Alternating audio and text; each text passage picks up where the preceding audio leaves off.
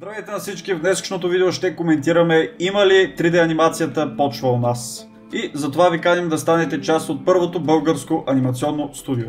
Днескашната тема е има ли почва 3D анимацията у нас? Според мен има и затова ви каня да станете част от първото българско анимационно студио. Останете до края на това видео и ще ви покажем кратък план как и вие също може да станете част от нашата идея. Както вече казахме, има ли почва 3D анимацията в България? Да или не според тебе? Да, според мен има. Има все пак много таланти, има някаква изградена общност. Може да е малка, обаче има. Между другото, общността постоянно расте, доколкото гледам по форумите. Да, абсолютно. Също така има пазар, всеки гледа филми, всеки обича да играе игри. Нали, това доколко са достъпни, надяваме се да станат все по-достъпни в бъдеще. Реално в България игрите VFX студия вече има. Да, абсолютно, просто трябва да има един устойчив екип, нали, който да може да работи на тези неща. Съгласен съм. Реално какво ще спечели зрителя от това, че ние ще направим първото българско анимационно студио?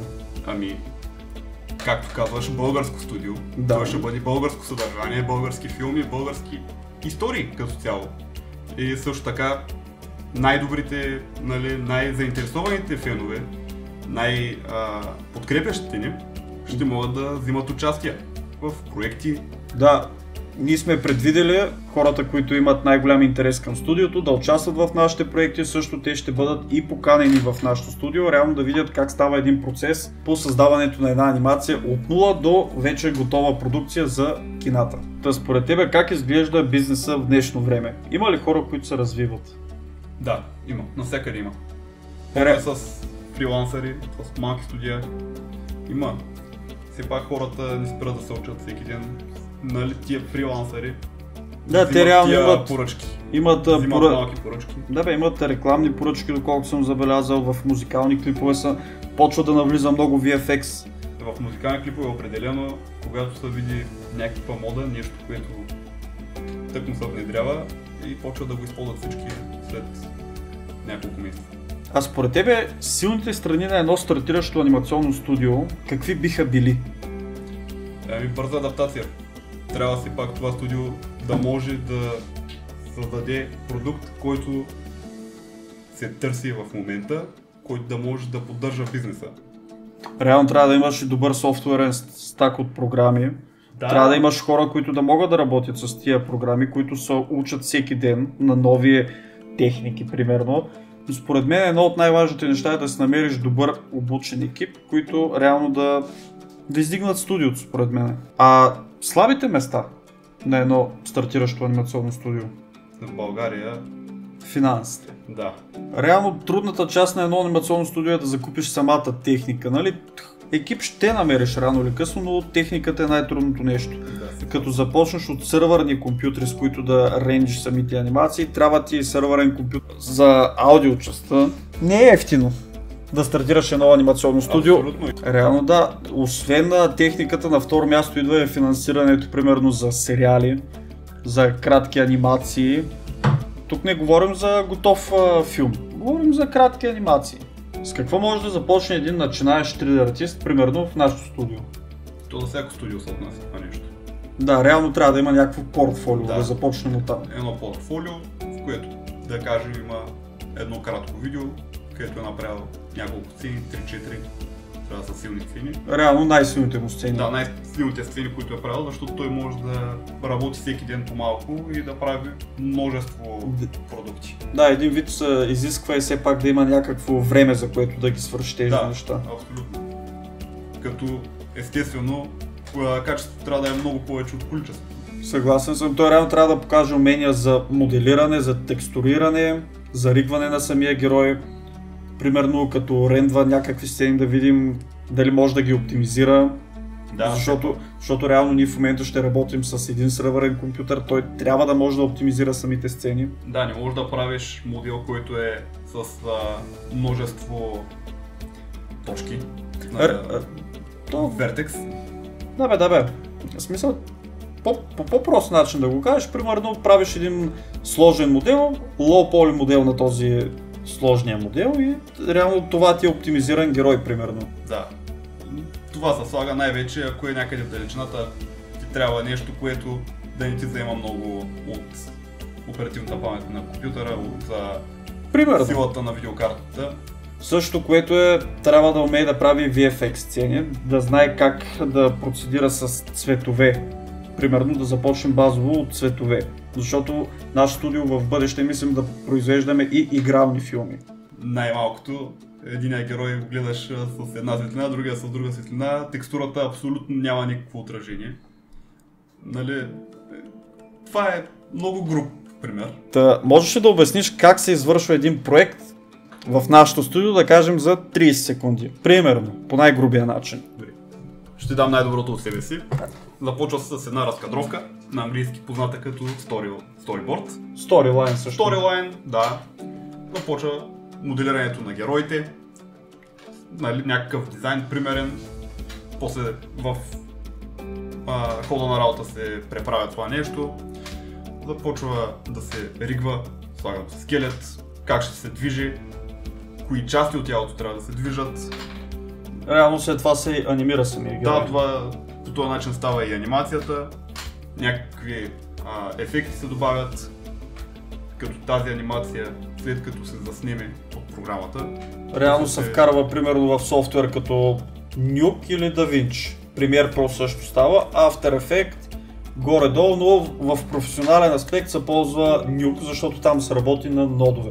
Но като за стартиращо анимационно студио може да ползвате DaVinci. Програмата е безплатна и ви предлага наистина достатъчно инструменти, за да направите един прекрасен продукт. Абсолютно. В началото се започва с нещо безплатно, което да е с възможно повече инструменти в себе си. Реално в нашия случай, нашето студио ще използва основно програмата Blender. Ние го обсъдихме с нашия екип. Реално съм поканил само един човек от нашите аниматори, защото другите хора имат... Те ходят на втора работа, имат и семейство, при тях е много трудно да уредим срещата, но той може да ви каже... Да, всеки ходи на втора работа, все пак е малко трудно. В България сме все пак. Да, но даваме най-доброто от себе си. Извън контекста, само искам да вметна защо сме избрали Blender. Програмата е безплатна, имаш абсолютно всеки един инструмент, който ти е нужен и безплатна е като цяло. Не плащаш като в Maya, примерно по $400-500 на месец или годишно, не помня колко излизаше абонамента. 7 или 8 хиляди долара. Последно като плащах, не си спомням. Но да, това исках да вметна, защото сме избрали Blender. Мисля ли, че са нужни десетки хиляди лева, за да стартираш едно анимационно студио според теб?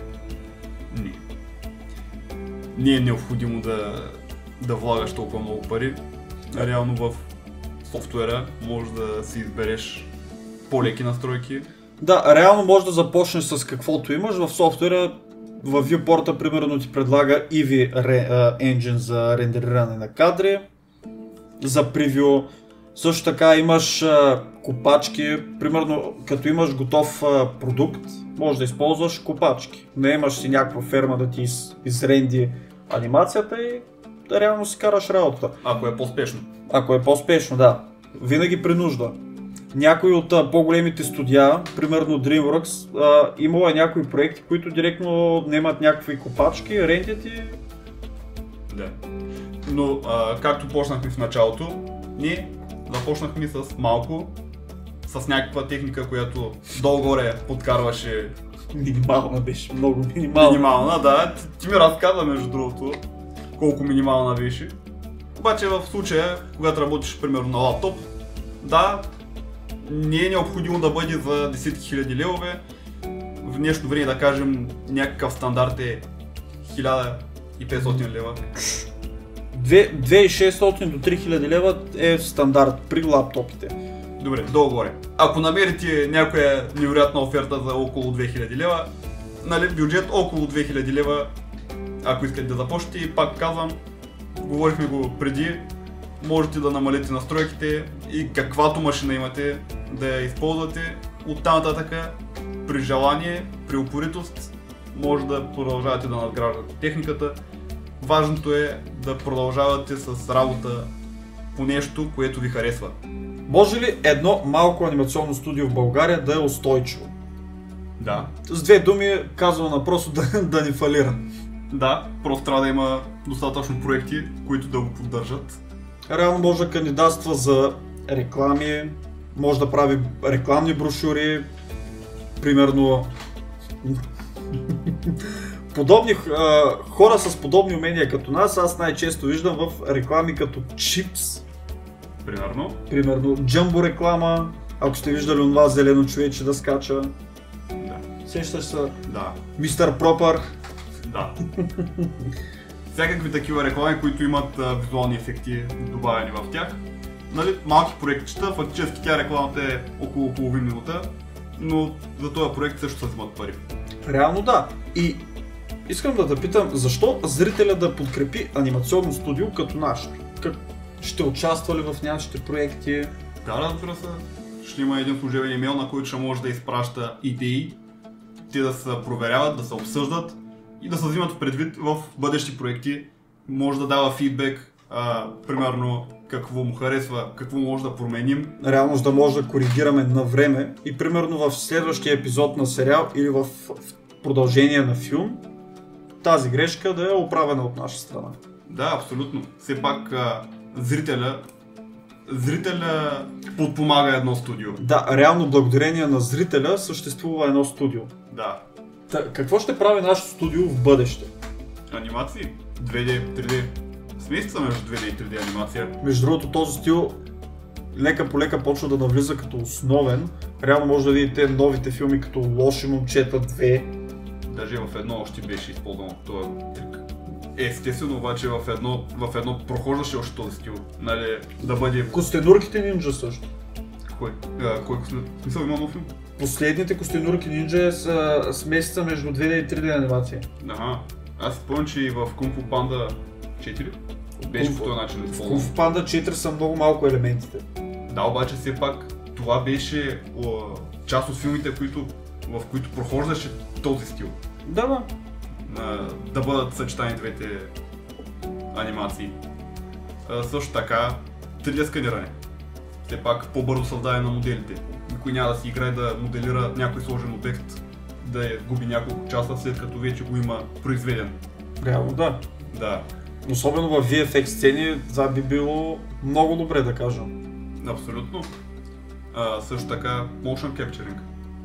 Нали, това ригване отнема време, не е най-лесният процес, зависи от човека. Някой може да се е специализирал в това, за него може да е много лесно. Реално ние имаме един човек в студиото, който наистина е специалист. Да. Както се вика, той прави магия с дясната си ръка. Така е. Но все пак това ще улесни работата на цялото студио. Ще забърза процеса по създаването на една анимация. Да, все пак професионалните студия от доста време, от 20 години поне. Първия Полярен експрес филма още използва тия технологии. Ето, по този начин се получават тия неща. Как един зрител може да участва и да подпомогне създаването на първото българско анимационно студио? Това нещо, което го казвам в абсолютно всеки един епизод, шорт и така нататък. Това са няколко стъпки, няколко много лесни и безплатни стъпки. Да хареса видеото, да напише един коментар, да се абонира за канала. И може да направим нещо като паразитен тренд. Примерно нещо като хаштаг. Хаштаг има почва. Да, има почва в България. Също така може да сподели видеото за приятел, който обича 3D анимации. И не само 3D анимации, като цяло анимация. Може и който иска да се занимава с 3D анимации. Абсолютно. Вратите на нашото студио, между другото, ще бъдат винаги отворени за нови кадри и нови попълнения. Знаем, че има хора с желание. Могат да изпратят едно портфолио, както казахме по-рано. Какво да съдържа едно портфолио. И любимата ми част от видеото, Блиц въпросите. Според тебе, какви са основните грешки на един 3D артист? Да започне с идеята си, без да я нахвърли на един лист хартия.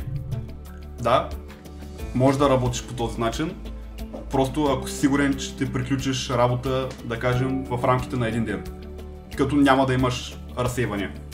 В случая може да ти излезе работа и да приключиш за днеска работа по сцената и да се сетиш, примерно, следващата седмица. По този начин вече малко ще си забравя какво правиш. Също друга грешка е да се откажеш.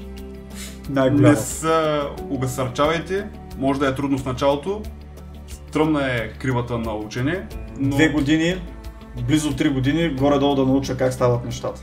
И като за финал, това, което установихме е, че в България има почва за анимацията. Абсолютно. Това, което мислим да направим като паразитен тренд е всеки един от вас, 3D артист ли ще, а дори да е нормален човек, да използва един хаштаг има почва. Абсолютно всеки може да го направи, абсолютно всеки зрител. Също така може да харесате видеото, да се абонирате, да го споделите. Да оставяте коментари. Да, абсолютно всяка малка помощ от вас значи много за нас. Реално по този начин ни помагате да изградим първото анимационно студио в България, за което аз и моя екип ви благодарим.